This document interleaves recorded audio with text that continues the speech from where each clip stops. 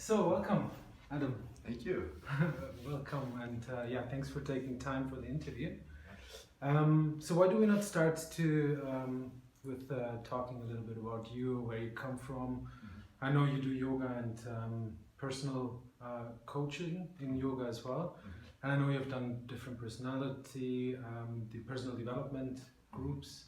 Right. Just tell me a little bit where you come from, how you got into yoga. Introduce yourself maybe a little bit. Well, my name is Adam Rice, and I was born in the United States. I'm American. Lived there and grew up there my whole life.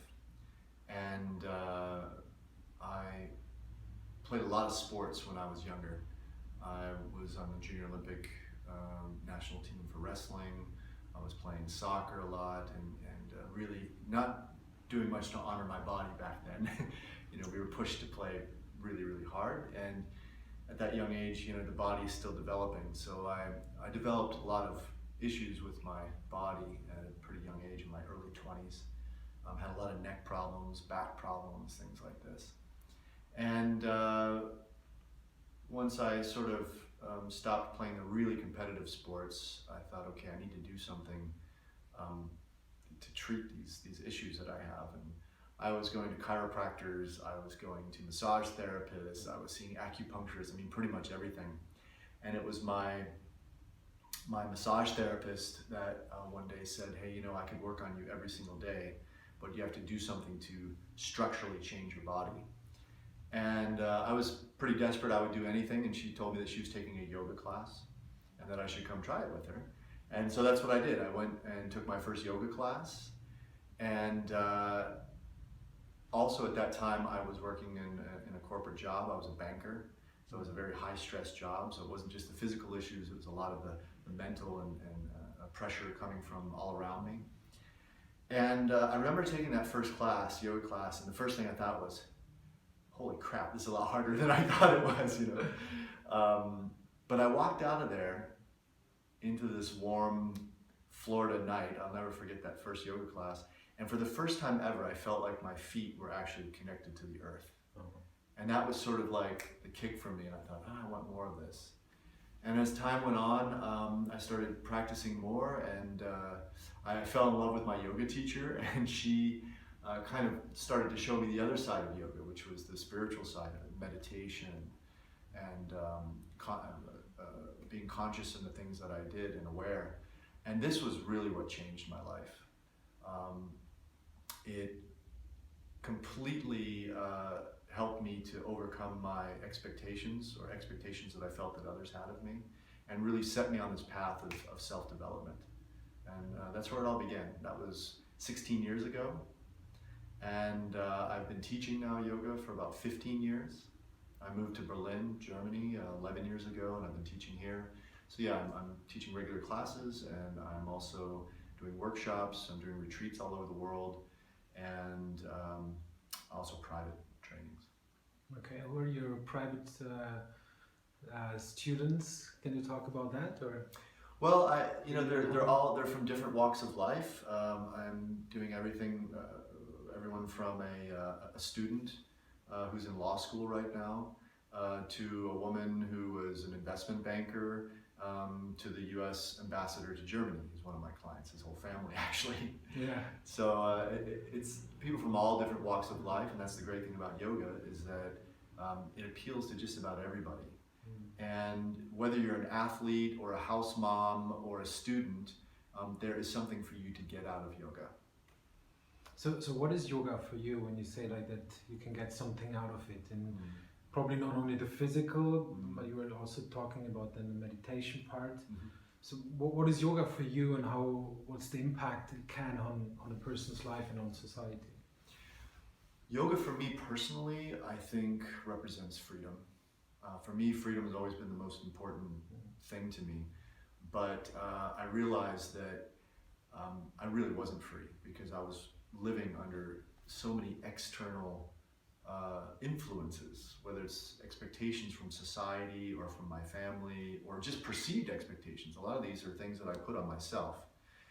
And yoga teaches us to just be free in who we are. Freedom in the body, so you can move freer, you stretch and you just feel freer, and you're not so contained. It's especially through the breathing.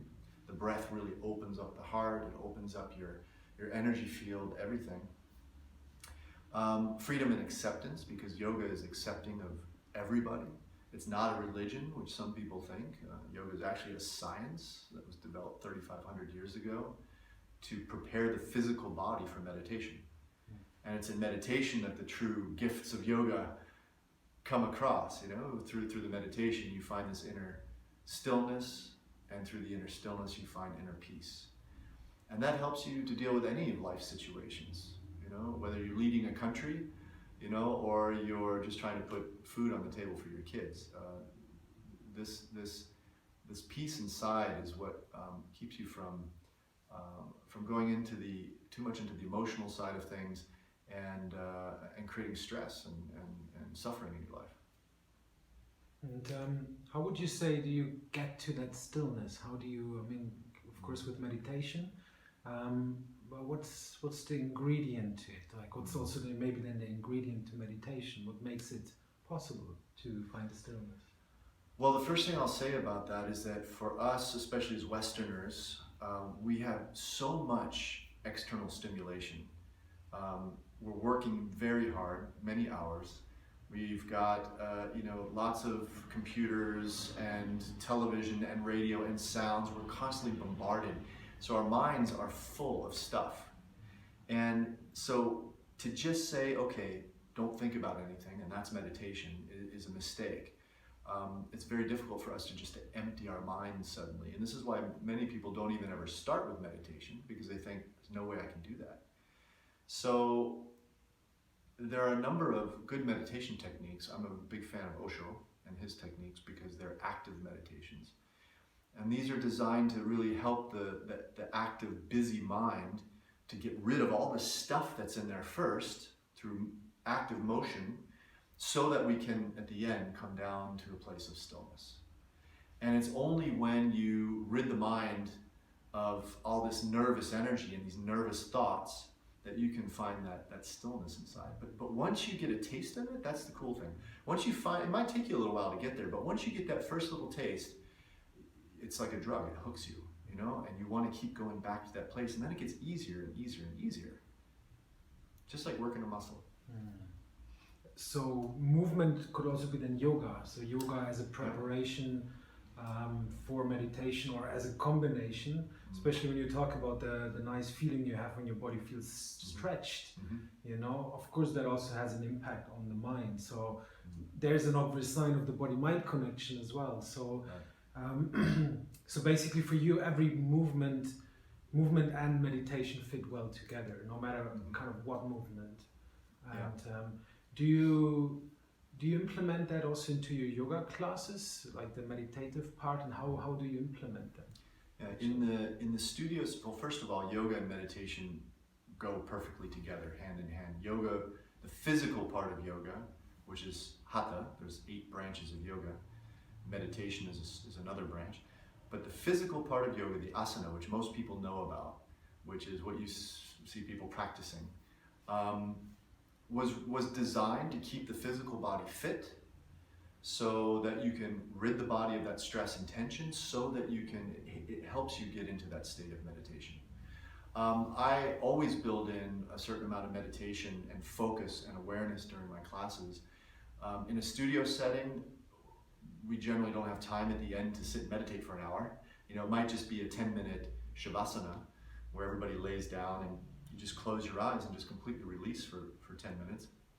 But the depth of relaxation you can achieve in those 10 minutes after having done a physical practice, an asana practice for 80 minutes, the class is usually an hour and a half, is profound.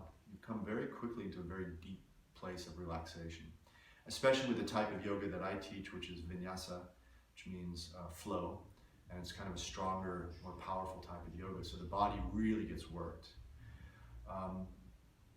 So those two go hand in hand very well. There are many other types of activities you can do. Many people who run, they get into this meditative state from running. Mindfulness is very important. So in everything that you do, whether you're cooking or whether you're preparing your kids for bed, or whatever it happens to do, if you do it with 100% awareness, that's also a type of meditation.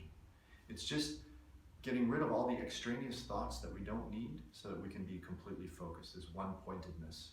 That's the key to finding that inner stillness. Okay, so that would be your explanation of meditation, and basically as well. Yeah, meditation is coming to a place of stillness by creating a point of focus and filtering out all the stuff that's unnecessary on both sides. And once you come to this one place of point of focus, then that stillness starts to come up, and that peace flows through the entire body. So you mentioned that a lot of people, they're curious maybe to meditation, but they never start because it seems so impossible for them. Yeah. What would be tips you can give somebody who is interested in starting with meditation, but doesn't know where to start and how to start, like just a few Yeah, tips? I can give a couple really good tips because it's something you can do at home, and you don't have to sit for an hour. You can start with 10 minutes and then build up to 15 or 20 minutes. One of the most important things is that you have to do it regularly. If you just do it once a week, you're not going to notice any effect. There are a couple of good tools that I can recommend. One, which I just discovered, a friend of mine referred me to it, is called Headspace. It's actually an app on the phone, and it's a bit basic, but for beginners, it's very good. I think it explains meditation great. It's a guided meditation for 10 minutes.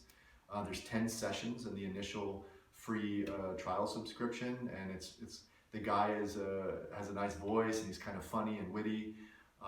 So it's a perfect introduction for beginners. You just put your headphones in, turn it on for 10 minutes, and it takes you through the entire process. For people who are a little more advanced, I could suggest doing some of the Osho meditations. You can find them on the Osho website, osho.com, and under meditations, and there's actually videos that kind of tell you how to do these active meditations.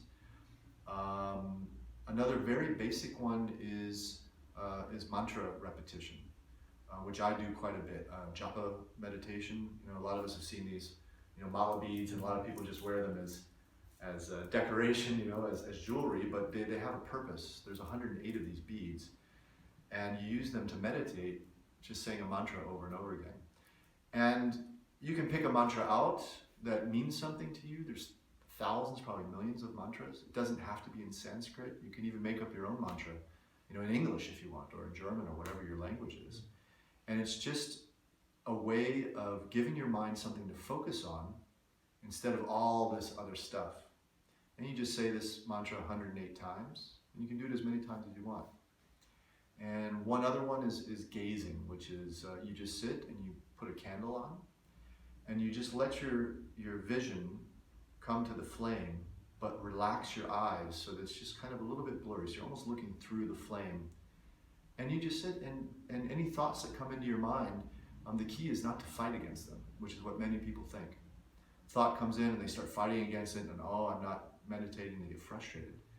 But the key is to observe that thought as if you were outside of yourself, and let the thought float by like a cloud in the sky. And in the moment that you recognize, I'm being sucked into this thought, then you come back to the gazing, or you come back to the mantra, or whatever it is. And it's like working a muscle, like I said earlier. It'll get easier and easier. So when you would say like just a few words of ingredients to meditation, let's say somebody wants to meditate, and he's like, okay, what do I need to do now? It's like observing was one word you just mentioned. Relaxation probably is one as well. Is there more, like just words that you can just pop out? Acceptance is a big word. Accepting where you're at right now, and not non-judgmental. Don't judge the experience that you're having. Don't expect too much. Just be. Relaxed, comfortable, cozy. Find a place that's quiet. That's one of the biggest things. Your place. I have a little altar here that's always here. And even if you're in your little bedroom or in your office or wherever, create a little sacred space for yourself with some objects that you really love. Maybe it's a picture of your family. or maybe it's if you're a Christian, maybe you have a little statue of Jesus or a crucifix or whatever. It's all inclusive. So whatever makes you feel good and creates this sacred space for you, so that every time you meditate, you're going to that place. That's a very important key. Nice. When you said before, you were mentioning active meditations from Osho, and we were talking already a bit about the combination between activity and then passivity. I want to go a bit deeper there. It's like, when somebody goes for a run, we know we're quiet, we're calm, physically and mentally relaxed. So can you maybe go a little bit deeper and explain what happens? Why do we feel so relaxed when we go for a run or after yoga? What's the process for our body and our mind when we do activity, no matter what, so that then our bodies, we are prepared for meditation? What makes it calm and relaxed? What is it?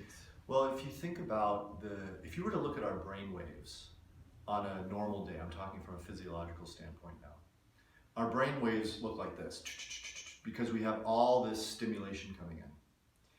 And the place where creative thought happens, for example, is in the space between the active thought.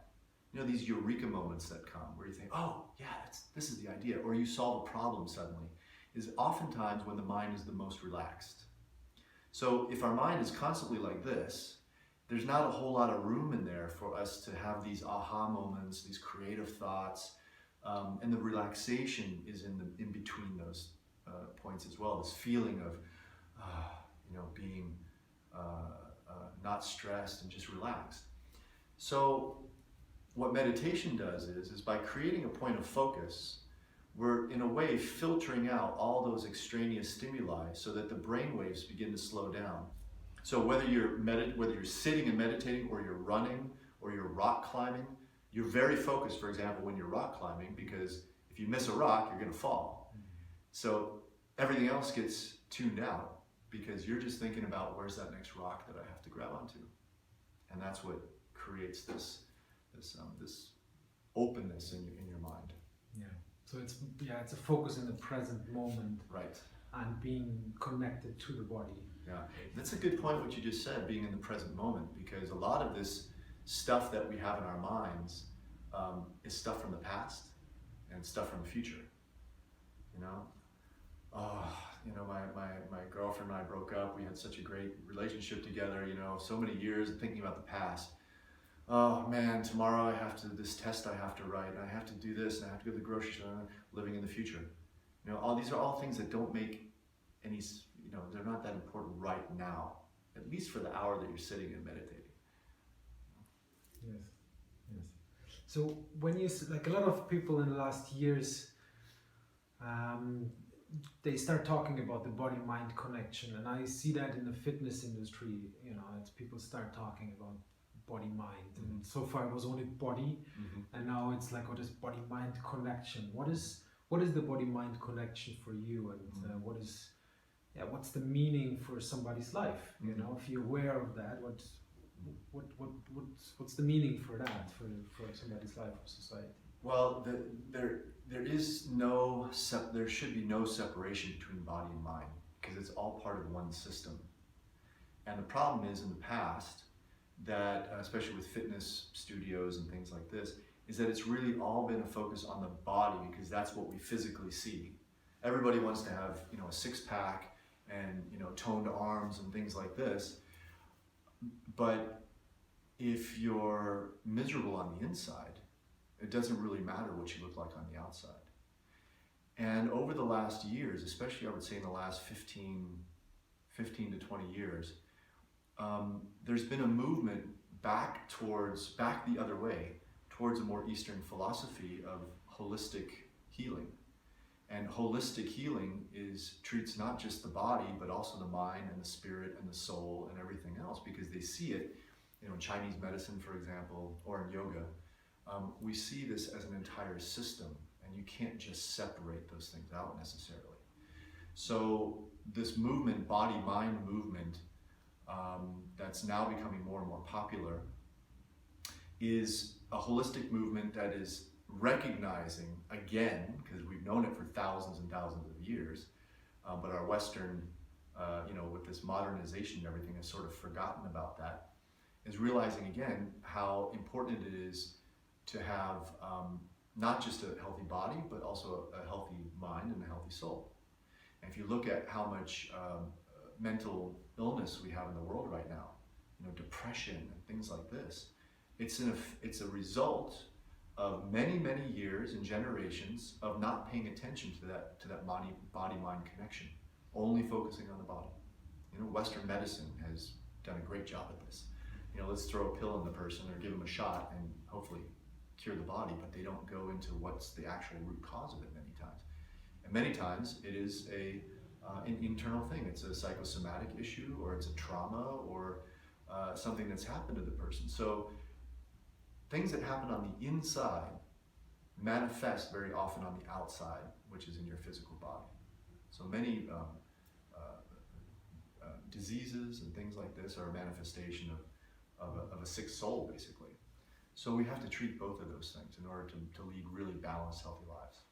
Yeah, and meditation and yoga are fitness and all these body-mind methods, are a path towards that.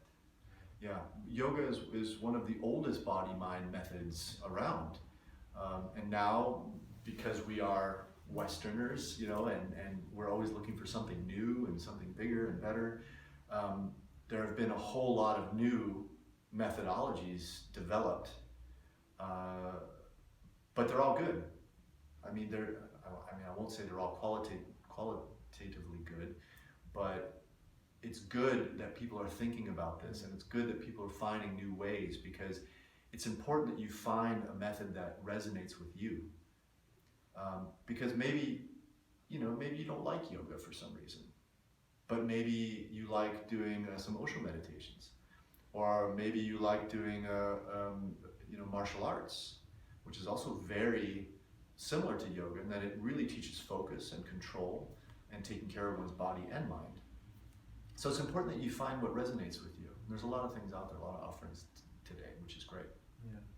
Yeah, I've heard a quote from somebody. They said that yoga is the new, and meditation is the new yoga. And when I look at the development of yoga from back when you started it 10, 15 years ago till today, it's been a hype, a yoga hype, from something only women do, to something everybody who's cool basically does, Right. So where do you see yoga in the next years? Do you think like it's gonna flow down or ebb down, or it's gonna stay at the peak, or how do you view yoga, and how do you view meditation? Because meditation seems to be in the same state yoga was 10, 15 years ago. Well, I think it's going to be a long time before yoga, the practice of the physical yoga, starts to go down, because I think there's still a lot of people that are going to come onto this path. As people start to get older, especially, they can't play all the sports or go to the gym as much as they used to, but they're going to find that in yoga, they get just as much of a challenge to their physical bodies, but they also get all the other benefits. That you don't have as many joint problems, that you're calmer, that your heart rate is less, that your blood pressure goes down, all these extra things that you get that you don't get from a normal physical activity. I think there are some older yogis who are a little skeptical of the whole commercialization factor of yoga. And I was in the beginning too, but what I've seen is that, if somebody comes into my yoga class because they saw Madonna doing yoga and they think it's cool and they want to be hip, great, get them in the studio, because the longer they do it, just like with me, the better they're going to feel, and they're going to start to realize, wow, okay, this is more than just an exercise. And so the more people yoga draws into the studios, the better, even if it's using these more commercial kind of things. Meditation is the next step on the yoga path, I would say. So at some point, many times your physical practice of asana starts to get less as you start to do more meditation. That's been the case for me. As I do less physical asana, or not quite as long, but I meditate. I try to meditate every single day. And the two work together. So as your consciousness starts to rise, I think, then your meditation starts to get more and more, because you realize that's where the real gift is. That's where the real, the juicy stuff is in the meditation. And I hope that meditation continues to rise. I mean, you walk around Berlin here and you see posters everywhere for meditation classes. And people are asking me, students of mine who've never meditated before, they ask me a lot, how do I meditate? I want to, I can't, but I want to try. And then when they finally try it, they're blown away by it. Yeah, I agree. I think that, if I look at the development of meditation, especially in the last years, there's been a shift from meditation as just something for spiritual and esoteric people to, hey, it's something for the normal people as well. And the view changes, and so the offers changes as well. Like you see more meditation studios without Buddhas, or or incense, or like what the normal people call the spiritual area. And I think that's necessary, for people to, because a lot of people, they are not interested in spirituality.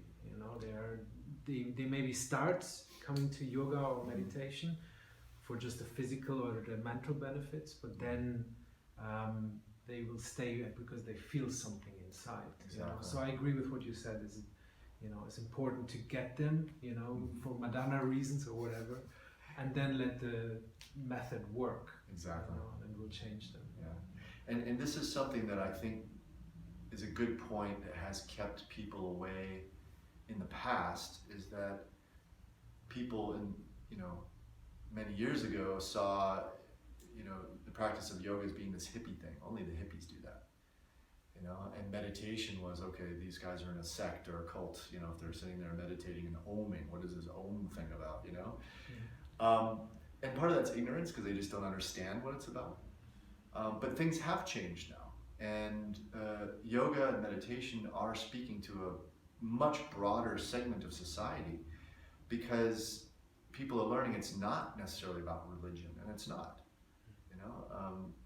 My guru, my teacher, I went into I took care of him for a while, and when he was sick, and I remember being in his room one time, and he had pictures of Buddha and Krishna and Shiva, but right next to his bed he had a picture of Jesus on his bedstand, on his table. And I said, Guruji, I'm a little confused. Why do you have a picture of Jesus here? And he said, well, there were many great masters. And Jesus was one of the greatest. Yoga means union. It means connection to all. And that's what's so beautiful about yoga, is that it accepts everyone, race, religion, whatever. And it's all inclusive. So no matter where you go in the world, you walk into a yoga studio and everybody has something in common. And that's a really nice feeling. Nice. Yeah, I agree with that as well. You were mentioning earlier, gyms or fitness studios. I'm not sure if you have been in gyms. I mean, you've played sports, but if you have been in the last 10 or 20 years in gyms, how do you view gyms or the fitness industry, or what comes into your head when you think about it? Is it something you're drawn to? And why are you drawn to it? Or if you're not drawn to go in a gym or fitness studio, why are you not drawn to it? What's your take on it? I think that that yoga and more traditional fitness practices are the perfect complement to each other. I don't ever tell people, well, you should just do yoga and stop doing spinning, or stop lifting weights. No, it's totally not that at all, because the two complement each other. I think going into the gym and working out with some weights sometimes, or getting on the treadmill is healthy, and if it makes you feel good, do it. But you'll notice if you start doing yoga that those other activities that you're doing also, especially if you're playing sports, will actually get better. I experienced this myself with playing soccer. I played soccer my entire life, and as soon as I started doing yoga, I very quickly started noticing a big difference in my game. My stamina went way up because I was suddenly breathing properly. My lung volume expanded through the pranayama, the breathing exercises.